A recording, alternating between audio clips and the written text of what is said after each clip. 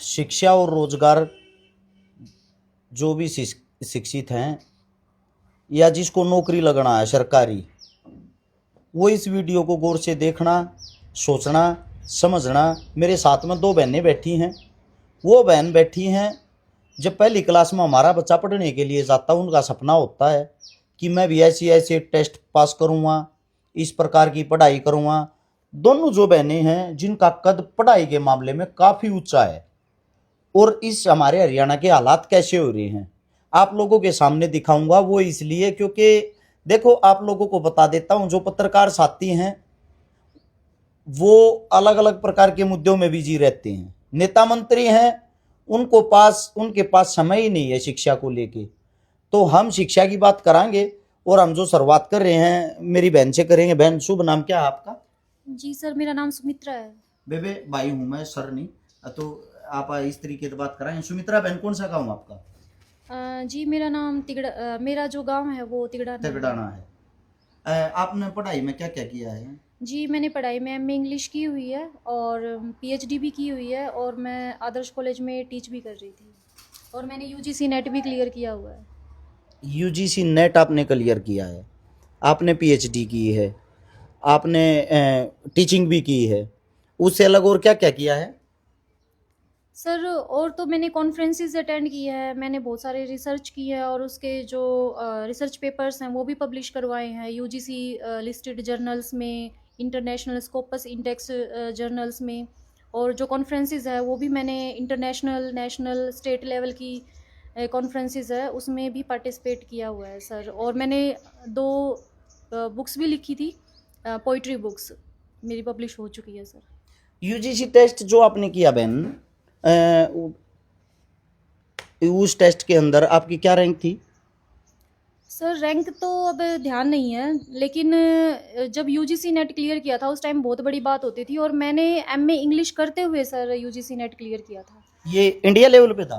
हाँ जी sir, India level के ऊपर था, और मैं अपनी यूनिवर्सिटी की फर्स्ट स्टूडेंट थी जिसने यूजीसी नेट क्लियर किया था। और सीबीएलयू यूनिवर्सिटी ने मेरी पिक्चर अपनी प्रोस्पेक्टस में भी लगाई थी as to give me honour. अच्छा, मैं एक बात पूछना चाहता हूँ बहन, आपने नेट कितने बार क्लियर किया वैसे? सर मेरा 3 बार नेट हो चुका है, और 1 बार जेआरएफ भी क्लियर हो चुका है। यानी कि जो हमारा समाज है उसमें देहाती लोग ज्यादा हैं, वे इस बात में तो समझ लेंगे नेट क्लियर होया। जीआरएफ का क्या मतलब, वो और बताऊंगा। सर जो जेआरएफ है वो यूजीसी नेट की ही रैंक होती है। ये हायर जो रैंक होती है उन बच्चों को जेआरएफ प्रोवाइड करवाया जाता है, अवॉर्डेड किया जाता है। इसमें स्कॉलरशिप मिलती है सर, ताकि बच्चा अच्छे से रिसर्च कर सके, और फाइनेंशियल सपोर्ट उसको गवर्नमेंट देती है। या वाह बेबे है देसी भाषा में तो बता दूं, 3 बार नेट क्लियर कर रही है। जीआरएफ का मतलब होता है 100 बच्चा में के 1 बच्चे का सिलेक्शन होना, मतलब 1% बच्चा का सिलेक्शन होना। और इस बहन को वो क्लियर होने के बाद जीआरएफ 3 साल स्कॉलरशिप भी मिली। यानी कि एक पढ़ी लिखी बहन, हर तरीके से, हर एंगल से। अब सबसे पहला सवाल ये है, जिसने ऑल इंडिया लेवल का जो टेस्ट होता है उसको क्लियर कर दिया, और हरियाणा की जो भर्ती आती है, वैकेंसी आती है या नौकरी आती है, उसके अंदर इन बच्चों को नौकरी से वंचित रहना पड़ा। दूसरी बात यह है, अभी मेरी बहन से बात करेंगे, इंग्लिश टीचर है ये, इंग्लिश पीएचडी कर रखी है शायद, है बहन? हाँ, मैं सबमिशन पे हूँ अभी। मैंने कंप्लीट तो नहीं किया, लेकिन मैंने सबमिट करवा दी अपनी सिनॉप्सिस। अच्छा बेबे, मैं एक बात पूछना चाहूँ, कौन सी भर्ती थी अब जिसके अंदर आप लोगों का सिलेक्शन हुआ है, और सिलेक्शन होने के बाद भी नौकरी नहीं मिली? क्या कारण था, ऐसा बता सकते हो थोड़ा? सर कारण तो यही है कि इन्होंने subject knowledge test first time introduce किया है, और उसके लिए ना तो इन्होंने कोई डेमो दिया हमें, ना ही कोई क्वेश्चन पेपर का मॉडल प्रोवाइड करवाया, और किसी तरीके की कोई गाइडलाइन और कोई इंस्ट्रक्शन नहीं दिया। उसके बावजूद भी हमने इस पेपर की बहुत अच्छे से तैयारी की थी। स्क्रीनिंग में जितने भी बच्चे जो धरने पर बैठे हैं या फिर प्रोटेस्ट कर रहे हैं, उनकी काफ़ी अच्छी रैंक आई हुई है। उन्होंने स्क्रीनिंग में बहुत ज़्यादा अच्छी परफॉर्मेंस दे रखी है, लेकिन सब्जेक्ट नॉलेज टेस्ट में सभी को ही फेल कर दिया है उन्होंने। अब दूसरी बेबे तो और थोड़ी बात कर लें। बेबे, आपके पास तो माइक, आप तो वहीं तो बोल लोगे। आपका शुभ नाम? मेरा नाम मानसी है। मानसी? मानसी मानसी? जी। मानसी बेबे, कौन सा गाँव? भवानी खेड़ा। भवानी खेड़ा। आपने भी नेट क्लियर कर रखा? भाई साहब मेरा 6 बार नेट क्वालिफाई है। मतलब आपने 6 बार नेट क्लियर किया है, क्वालिफाई किया है। जी। और जीआरएफ? जीआरएफ मेरा 1 बार जीआरएफ आपका जीआरएफ भी है। पढ़ाई में क्या क्या कर रखा आपने? भाई साहब मैंने ना पहले बल्कि बीकॉम की थी, उसके बाद मैंने एमए इंग्लिश की है। मेरा अच्छा। बैकग्राउंड नहीं था एमए इसका इंग्लिश का। ठीक है। उसके बाद मैंने एमए इंग्लिश की है। यूनिवर्सिटी में मेरी 3rd-4th पोजीशन थी उसमें भी। ठीक है। उसके बाद मैंने नेट की तैयारी शुरू की। 6 बार मेरा नेट हुआ, फिर मेरा जेआरएफ हुआ। जेआरएफ में मेरी रैंक थी। पीएचडी मैंने शुरू की। और इसके बाद अब जब हरियाणा में एचपीएससी की वैकेंसी आई थी तो इसमें जो प्री था ना, उसमें मेरे 100 में से 91 नंबर थे लगभग। ये था एक सेकंड बहन, दोबारा से बताना। 100 में कितने नंबर थे आपके? 91 नंबर जी। ठीक है। तो उसमें हरियाणा में 6ठी पोजीशन थी इंग्लिश में मेरी। आपकी? हाँ। ठीक है। फिर उसके बाद हमारा हुआ स्क्रीनिंग, जो रिटर्न का लिखने वाला पेपर पेपर है। हाँ। तो उसमें जब हम देते हैं तो हमें पता लगता है कि भी एक 35% का क्राइटेरिया था और हम उसको पार नहीं कर पाए, इस वजह से हम सबको बाहर कर दिया गया। हम इंटरव्यू तक नहीं पहुंच पाए उसमें। एक सेकंड, आपकी बात को यहीं रोकूंगा। जो भी इस वीडियो को देखते हैं, सबसे बड़ा मुद्दा, सबसे बड़ी बात यह है, जिनने जो पास में दोनों बहन बैठी हैं, फिलहाल मानसी बहन की बात कर लेते। ऑल इंडिया जो टेस्ट होता है जिसको नेट बोलते हैं, 6 बार क्लियर कर चुकी हैं, जिसमें 1 बार जीआरएफ भी क्लियर किया है। यानी कि ऑल इंडिया में जो 1% बच्चे होते हैं उनमें गिनती थी इस बहन की। और एक हरियाणा लेवल का टेस्ट, उसमें 35% की जो कंडीशन बना रखी थी, उसमें ये गुड़िया फेल होगी। फेल कर दिया है इनको। सोचने का विषय ये है, ऑल इंडिया लेवल पे जो बच्चा 6 बार नेट क्लियर कर देता है, नेट क्लियर करने के बाद पहली बात तो आप उनका कौन सा टेस्ट लेते हो, और फिर वो नेट क्लियर करने का महत्व ही क्या रह गया।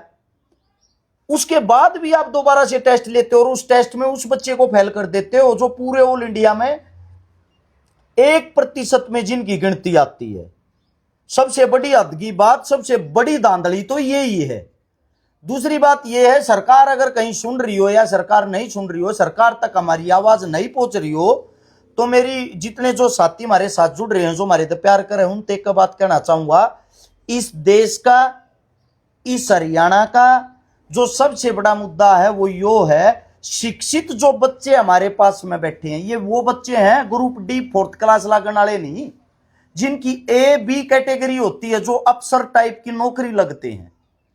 उन बच्चों के भी ये हालात हो गए हैं। शिक्षा के बाद, नेट क्लियर करने के बाद, हर चीज में पोजीशन आने के बाद भी उनके लिए रोजगार नहीं है। अब मानसी बहन, मैं आपसे ये पूछना चाहता हूं, इस बहन की तो एक बात सुन के मुझे बड़ा दुख हुआ। ये पीएचडी करने, कहाँ पीएचडी कर रहे थे आप? पंजाब? मैं पंजाब से कर रही थी। पंजाब से पीएचडी कर रही थी। इनको लगा कि अब तो नौकरी लग चुके हैं।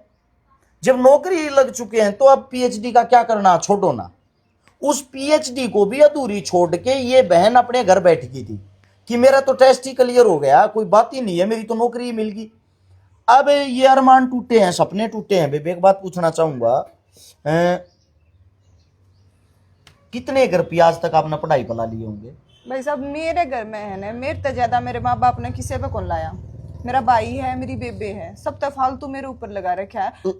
और मैं आज तक 26 साल की होगी, मैं आज तक पढ़ने लग रही हूँ। पहली क्लास से लेकर 10वीं क्लास थी प्राइवेट में पढ़ी थी या सरकारी में? प्राइवेट में पढ़ी थी। अच्छा, 10वीं तो +2 थी भी फिर प्राइवेट में पढ़ी होगी? प्राइवेट में, बिल्कुल। अच्छा, उसके बाद जो कॉलेज रहा अपना, यूनिवर्सिटी रही, वो पहले मैंने ग्रेजुएशन करी सीबीएलयू यूनिवर्सिटी से। ठीक है। उसके बाद जीजेयू के जो कैंपस है वहां से मैंने मास्टर्स की मेरी। ये जो आपने पढ़ाई बताई है प्राइवेट में पढ़े हो, मेरा मानना ये है प्राइवेट में आज के टाइम, मेरा बच्चा छोटा स्कूल में जाए, शायद उसकी 8,000 रुपये फीस है मेरे बच्चे की। तो आपने लगभग एक आइडिया है वैसे कई लाख रुपया अपने जीवन में आपके परिवार ने आपकी पढ़ाई पे खराब कर लिए होंगे। खराब करना ही है बहन, ये पैसे खराब ही भैया, जीरो हो गई ये तो कितने रुपए खराब कर लिए होंगे? मिला लिए होंगे 85 लाख। तो 50 लाख रुपए आपने ला लिया। आपने ऐसा नहीं लगता ये जो ओपन तो 10वीं 12वीं करके ग्रेजुएशन करके और 40-50 लाख दे के सीधे रिश्वत के कि तो बड़ी पोस्ट पर लाग जाए, वो रास्ता सही था? बहुत सही था। ये रात नाक तो काली कौन करनी थी हमने। और एक बात और मैं कहूंगी, हमारा इंग्लिश का जो असिस्टेंट प्रोफेसर का रिजल्ट आ रहा है ना, उसमें 150 बंदे पास हुए हैं, जिसमें होने थे लगभग 1200-1300 बंदे। 2 गुना बुलाने थे इंटरव्यू खातर, उनने बुलाए 150 बंदे। 150 में तो 90% बाहर के, जो 20-25 हरियाणा के है ना, मैं हर किसी ने कहूँ उनका जाके बैकग्राउंड निकालो। उनका घर में या तो A ग्रेड का बंदा है कोई, या उनके या माँ या बाप असिस्टेंट प्रोफेसर है। 6-7 का डेटा निकालने वाली मैं खुद हूँ। आपका कहने का तात्पर्य यो है जिसकी सिफारिश है, जिसकी सरकार में पकड़ है, बिल्कुल वे तो नौकरी लागे, बाकी सब धक्के मार दिए। बिल्कुल बिल्कुल यह मतलब चीज है, शिक्षा से कोई ताल्लुकात या लेना देना नहीं रहा। नहीं है भाई जो भी सरकार के आदमी इस वीडियो को देखते हो, दो मुहिम चला रखी है। एक तो खर्ची ये पर्ची खर्ची वाली, बिना पर्ची बिना खर्ची वाली। क्या कहने लग रही है गुड़िया, इसकी बात को गौर से सुनना। दूसरी बात, बेटी बचाओ बेटी पढ़ाओ। बेटियां तो बच भी रही हैं, पढ़ भी रही हैं, इन बेटियों को अब लेके कहां जाए, बड़ा सवाल ये है। क्योंकि ये वो बेटियां हैं जो हमारे देश का कोई नूर है, जो मतलब अच्छे लेवल पे पढ़ी हुई हैं। बहन ने एक बात बताई थी, आप लोगों ने ध्यान से नहीं सुना होगा, जो यूनिवर्सिटी है या कॉलेज है जहां से बहन ने पढ़ाई करी, वहां की जो बुक छपती है उसमें भी पढ़ाई के कारण इस बहन के फोटो लगे हुए हैं। और आज ये नौकरी के लिए तरस रहे हैं। तमाम हरियाणा के अंदर जितने परिवार, जितने साथी अपने घर में बैठे हैं, यो मुद्दा इन बहना का नहीं है। ई गुड़िया की शादी होगी, इसकी ना हुई होगी तो और थोड़े दिन हो जाएगी। ये बेचारी इनके जीवन में अब रोना रोना रह जाएगा। ये अपने आप को कोसेंगी एक बात को लेके, हमने पढ़ाई करी क्यों, घर वाले का इतना नाश और नुकसान करवाया क्यों। अब मुद्दे की बात यह है, तमाम हरियाणा जो आप अपने बालका ने स्कूल में भेजा है, यूनिवर्सिटी या कॉलेज में भेजा, थारते एक बात कहना चाहूंगा भाई, पढ़ने लिखने के बाद तुम्हारा टारगेट क्या है। ये लड़ाई हर उस घर की है, ये आवाज हर उस घर की है जो अपने बच्चों से ये उम्मीदें कर रहे हैं हमारा बच्चा बड़ा बन के डॉक्टर बन जाएगा, इंजीनियर बन जाएगा, टीचर बन जाएगा। ऐसे तो कुछ भी नहीं बनेगा। ऐसे तो सिर्फ और सिर्फ चापलूसों के बच्चे आगे बढ़ेंगे। चापलूस कौन? जो सरकार को जानते हैं, जो सरकार के टच में हैं, जो सरकार का बैग उठाते हैं। अब सोचने का विषय यह है, आप अपने घरों में, मेरी समझ में नहीं आती, इतना बड़ा मुद्दा होने के बाद हिंदुस्तान के अंदर से शिक्षा समाप्त हो रही है और आप अपने घरों में चुप बैठे रहते हो। शिक्षा, स्वास्थ्य और रोजगार, अगर तीनों चीजों पे आंख उठा के देखोगे, हमारे देश की राष्ट्रपति, बड़े शर्म की बात है, प्राइवेट हॉस्पिटल का रिबन काटती है। इसका मतलब सरकारों ने भी सरकारी हॉस्पिटल बनाने बंद कर दिए।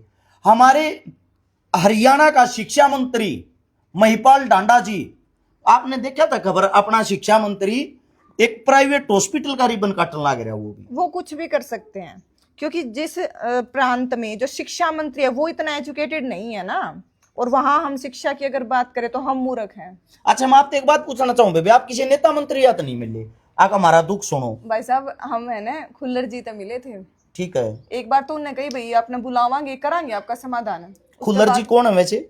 खुल्लर जी हमारे सेक्रेटरी हैं ये, हाँ सीएम के सेक्रेटरी हैं, सीएम साहब के सेक्रेटरी हैं। ठीक है, उस टाइम तो कुछ नहीं हुआ। उसके बाद हमारे कैंडिडेट्स से बुलाया जावे है। ठीक है, अनु का भाई साहब कर लो इसका समाधान, तुम धरना ठा लो और तारी ने वैकेंसी दोबारा निकाल देंगे।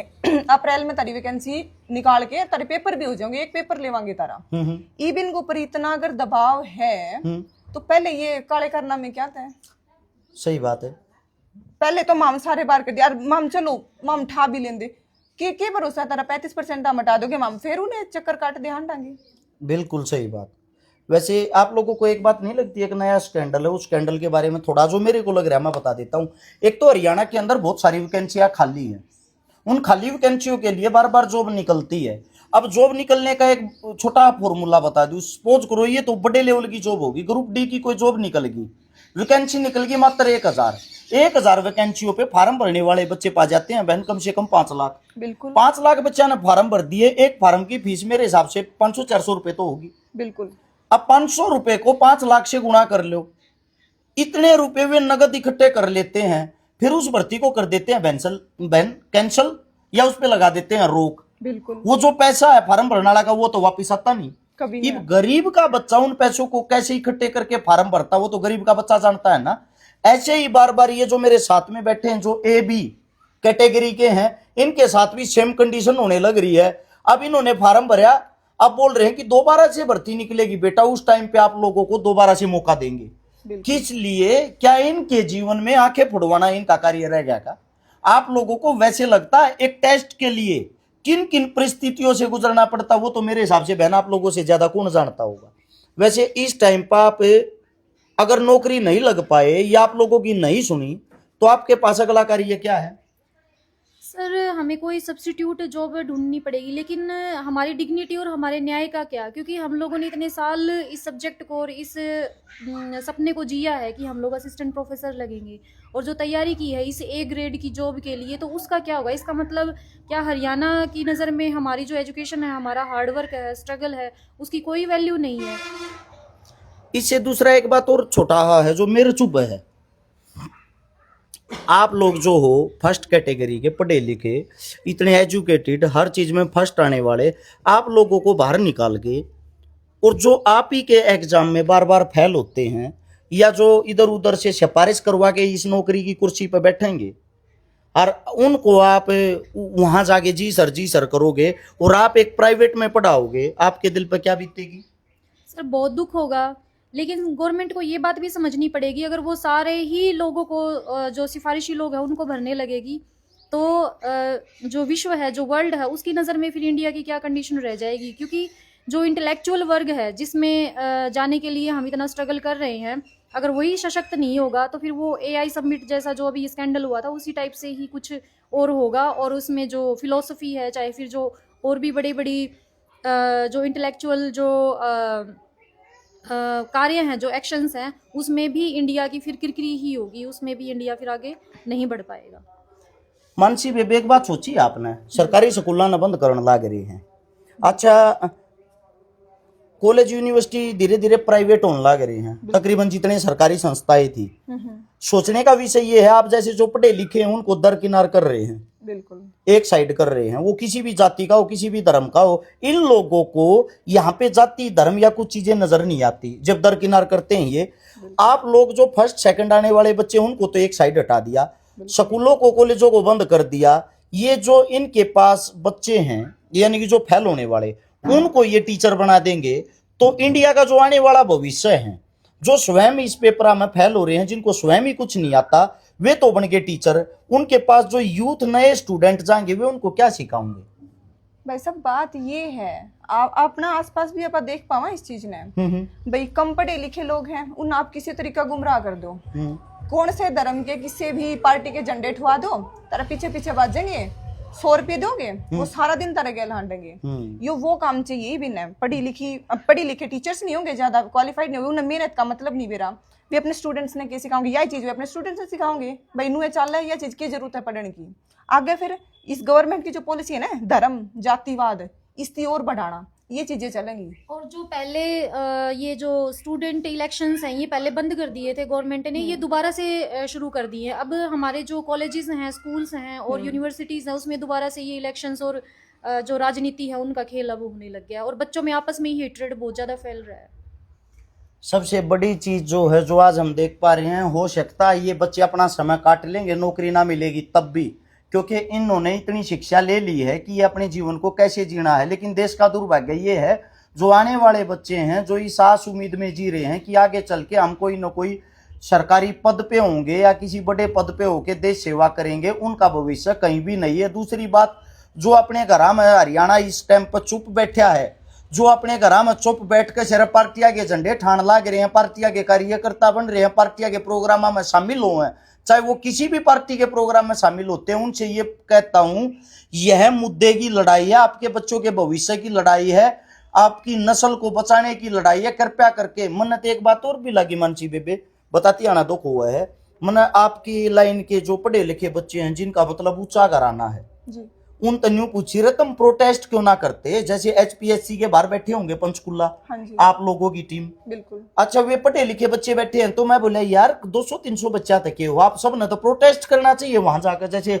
ग्रुप डी वाले करते हैं। अगर ग्रुप डी की लड़ाई होती अब तक उत्पात मचा देते रोडा पे, लेकिन सरकार को ये पता है ग्रुप डी को मनाने से वोट बैंक बढ़ेगा। बिल्कुल, आप लोगों की पहली बात तो कोई पढ़ाई को नहीं समझ पा रहा, पढ़ाई को समझ ले तो मजबूरी को नहीं समझ पा रहा, मजबूरी को समझ ले है तो मेरे हिसाब से शिक्षा मंत्री तो भी जाके ये कहोगे ना हमारा ये मुद्दा, शिक्षा मंत्री भी ये नहीं समझ पाओगा मुद्दा क्या है।